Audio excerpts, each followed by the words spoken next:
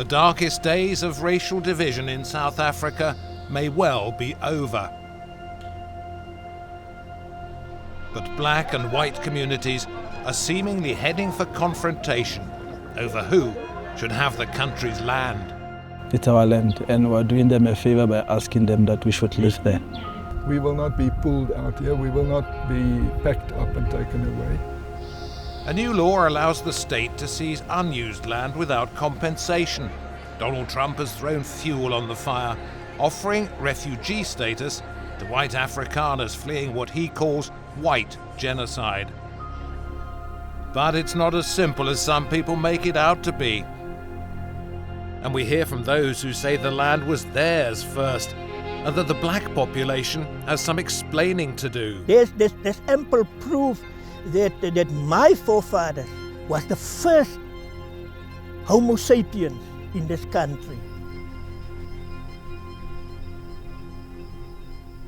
Welcome to Beyond Borders.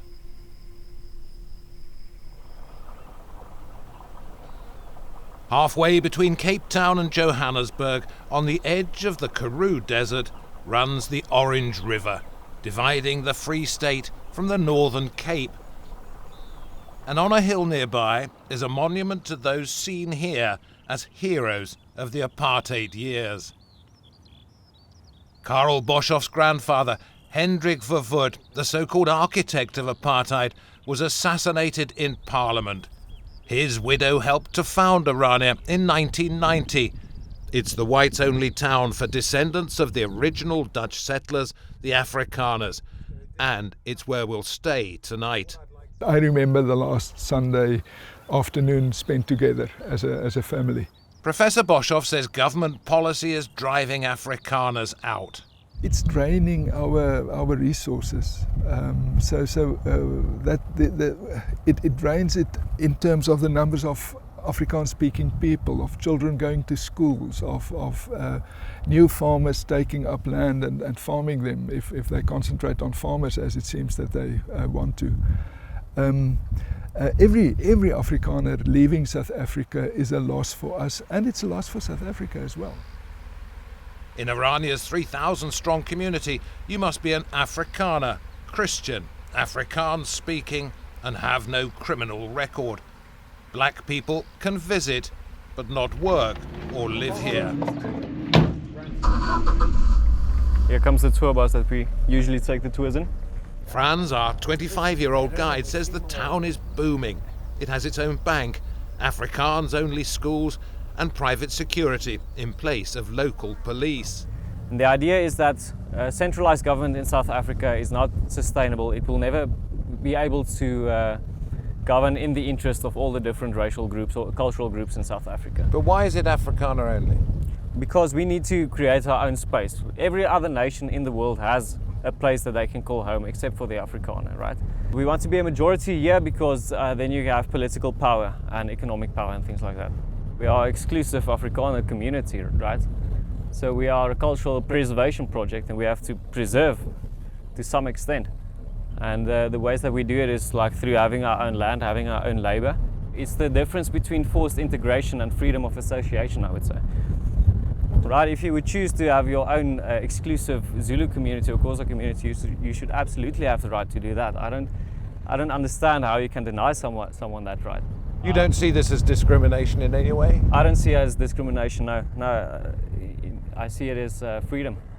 But if a black or coloured person wanted to come and live here, they couldn't. Isn't that discrimination? No, they wouldn't be able to. But it's not based on the colour of their skin, right? If you would try to apply to live here as well, you wouldn't be able to.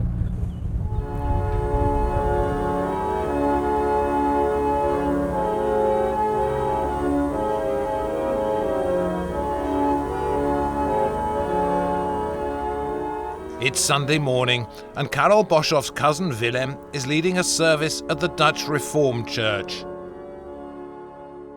As die Here die huis nie bou nie, swoeg die bouers te vergeefs daarop. Orania is winning, you understand, in the sense that people don't see it as so negative anymore. You have to embrace and be proud. Ek kom van Orania. I think what was wrong with apartheid is one group of people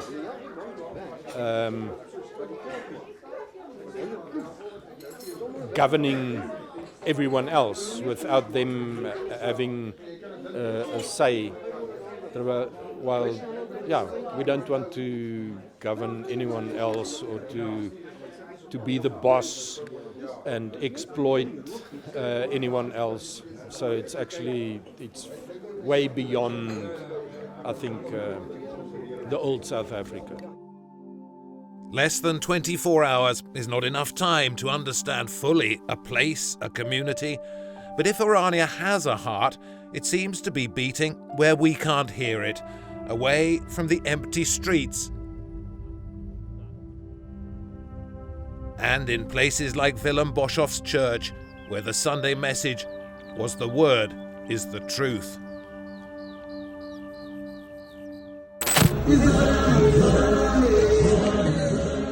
The radical political party, the Economic Freedom Fighters, EFF, which won almost 10% of the vote in the last election, wants Orania shut down, calling it a symbol of ethnic division. In the provincial capital, Kimberley, they held a protest march in early 2025. Now the EFF wants a legal review into whether Orania should be allowed to exist at all.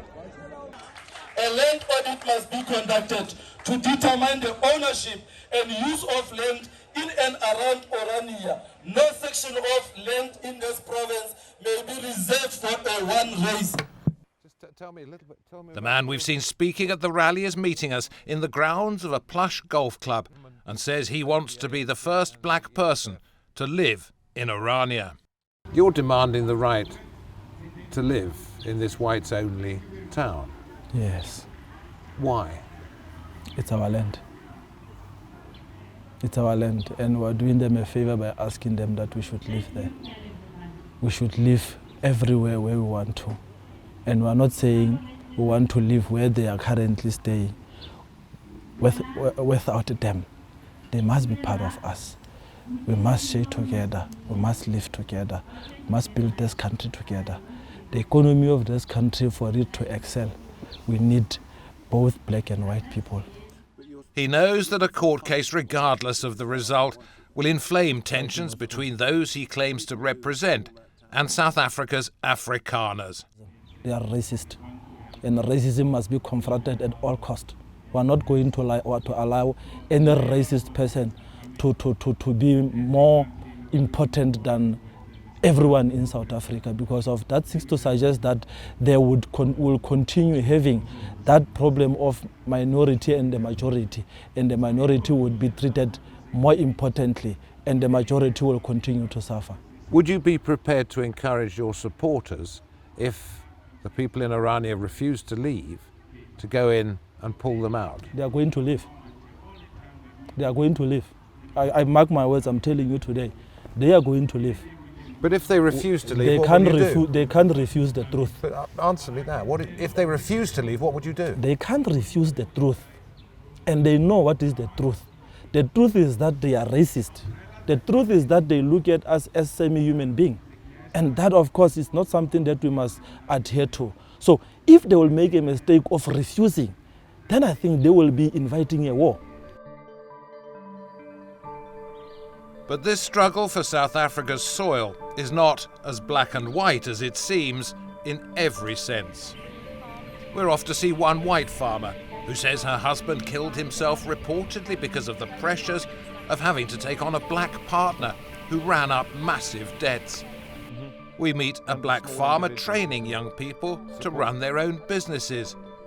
And we talk to a leader of the bush people who says his ancestors' land was stolen not just by whites, but by other black South Africans.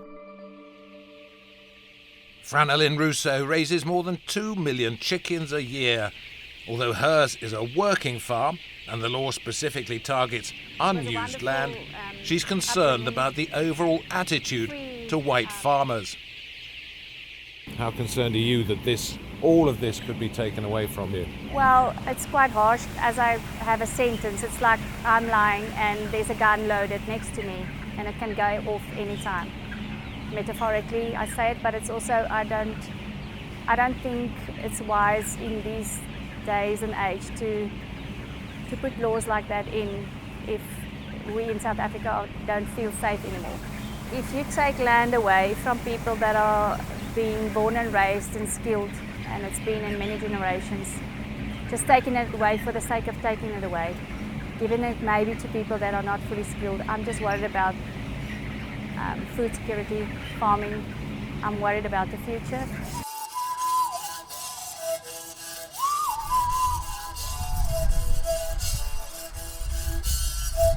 If Franelin Rousseau believes that those who end up on what was white farmers' land are too inexperienced, then Tintswalo Makhubele is trying to prove her wrong.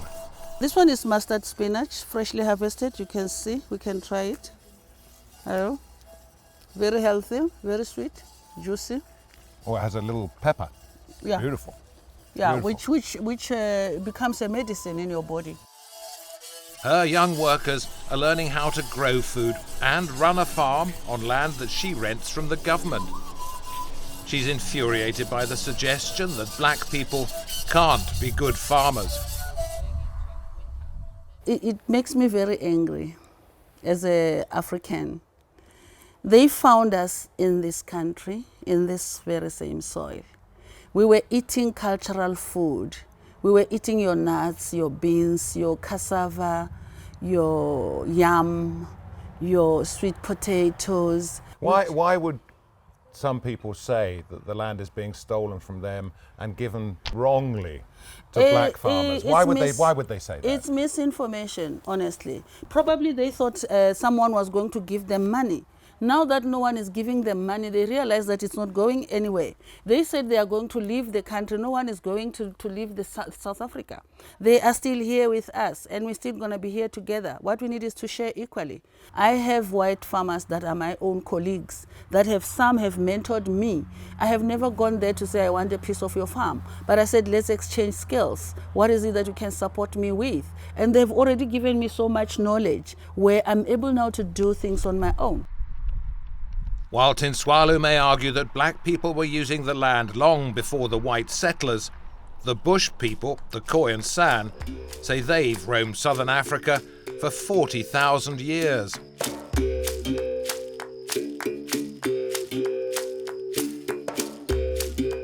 Our journey takes us across the Karoo and into the Kalahari, deserts where the nomadic bush people would have wandered, slept and hunted for thousands of years. It's here that we find ancient art across the savannah and in caves where bush people would have stayed with their families. The entire roof blackened, maybe 200 metres down the length of this cave, from thousands and thousands of fires, from thousands and thousands of years ago. All the land here, we used to call it, the place used to be called Dingleton. Chief Nick Fusaki insists that his ancestors were here first. He shows us where his home used to be before he says he had to sell up so that others could mine iron ore. It's just one example, he claims, of the bush people being forced to the fringes of South African society. He thinks that any redistribution of land should prioritise his people. What happened? When the our black brothers and sisters, when their ancestors drifted down from the Great Lakes, they found us here as the First Nations, and what we said that they can live here, but they can live in the northern part and we will live more in the southern part. So we never chase them away. We welcome them. And what are they saying to you now? Okay, what's happening now is that they say that the land belongs to them. And what we are saying, that's wrong. We must sit around the table and we must talk about who this land belongs to and what everybody can get out of this land, and we must try and negotiate a settlement. The only hope he sees now is for the United Nations to enforce international law guaranteeing the rights of indigenous people.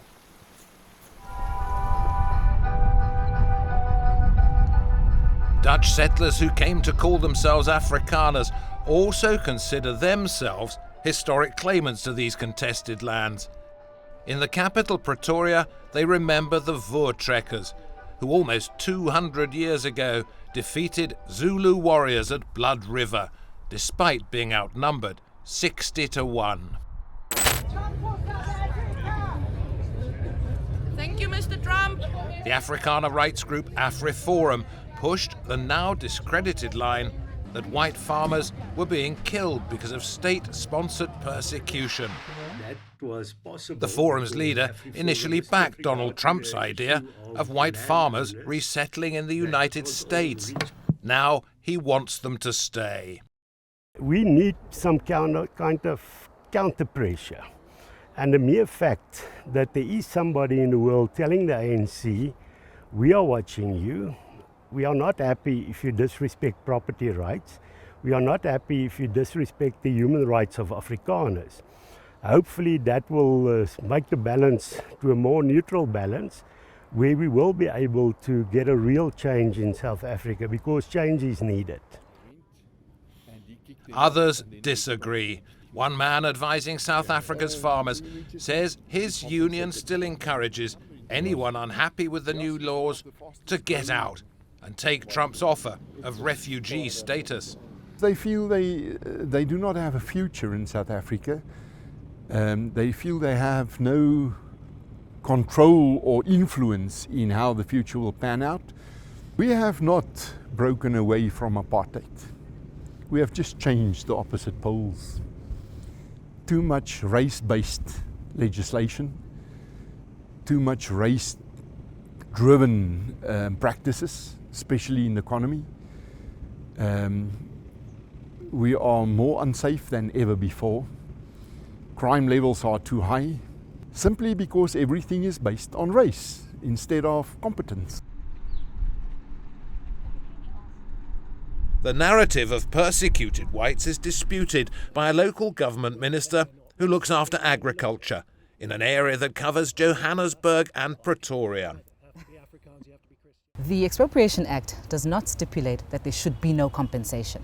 I think that's a very important distinction to make.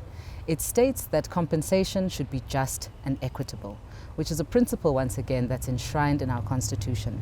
Now, just and equitable could be a range of things. It could be just and equitable in terms of market related. It could be just and equitable in terms of considering the current use of that land and what its intended use is. It could be just and equitable in terms of addressing issues of historical redress. So it's the furthest thing, actually, from land grabs. After the disharmony we've found, it's encouraging to find areas where the future looks brighter.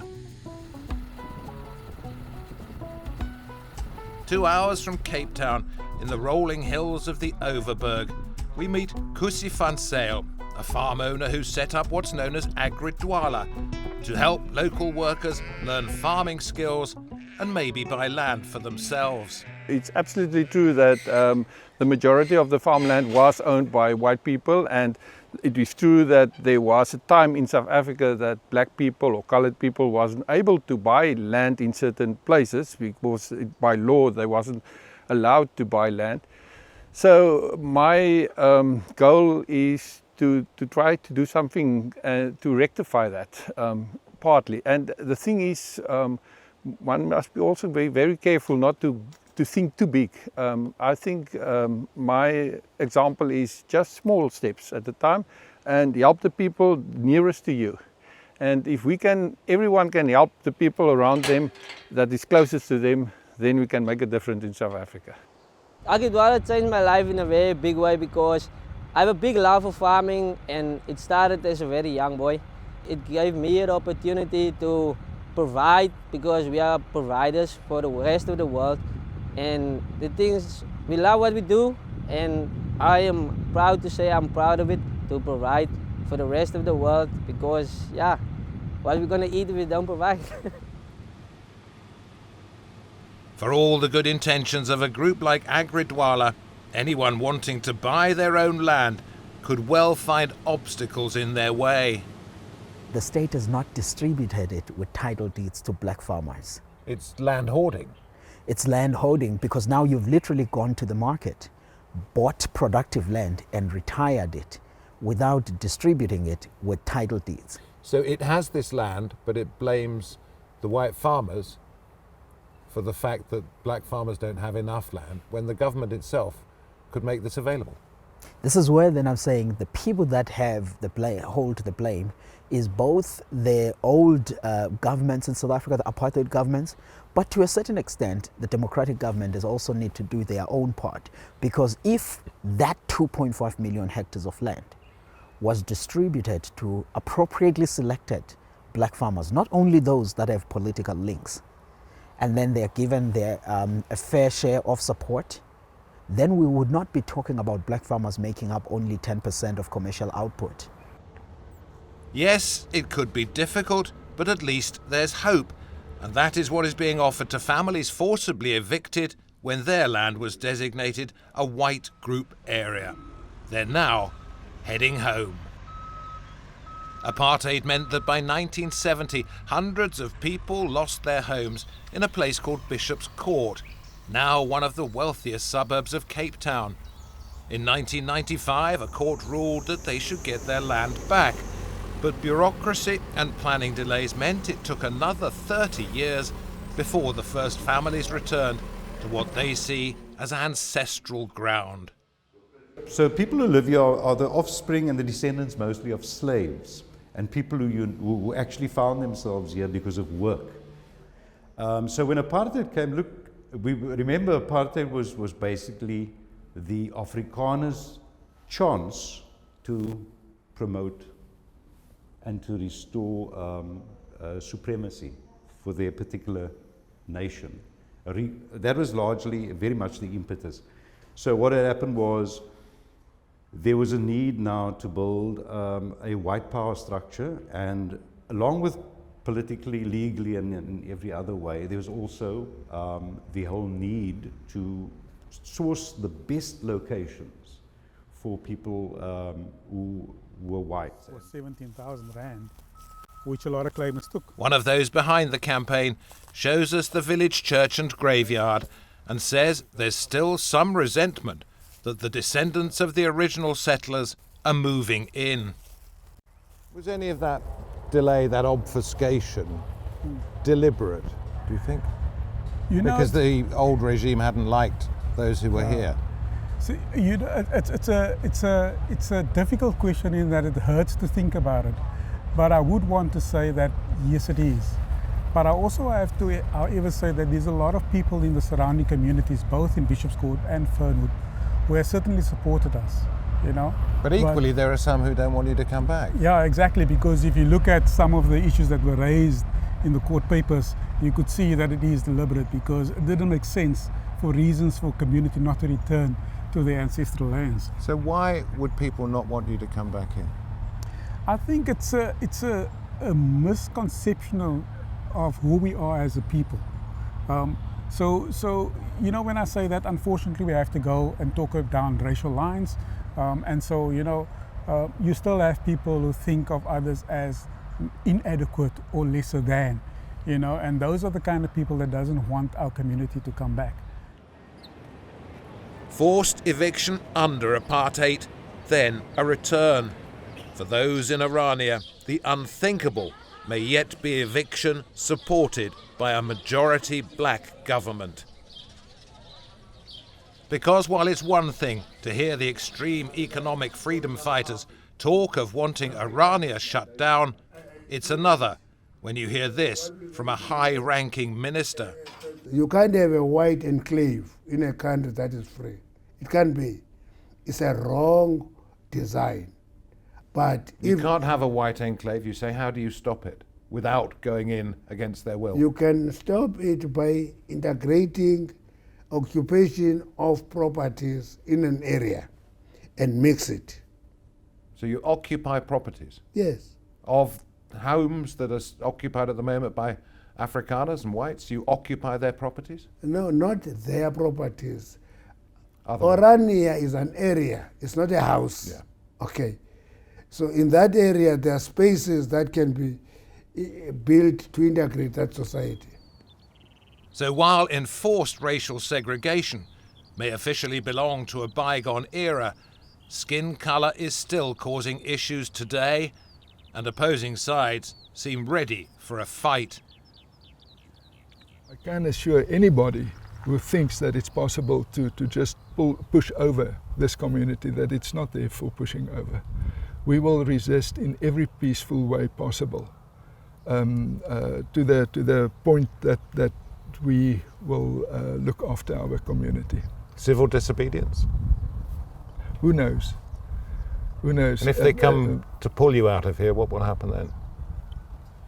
If, I don't know. If, maybe we will resist it physically. We will not be pulled out here. We will not be packed up and taken away.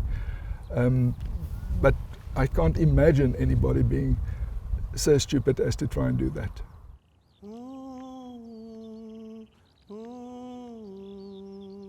Those watching what's unfolding with Orania know that it won't take much for a fragmented nation to crack once again.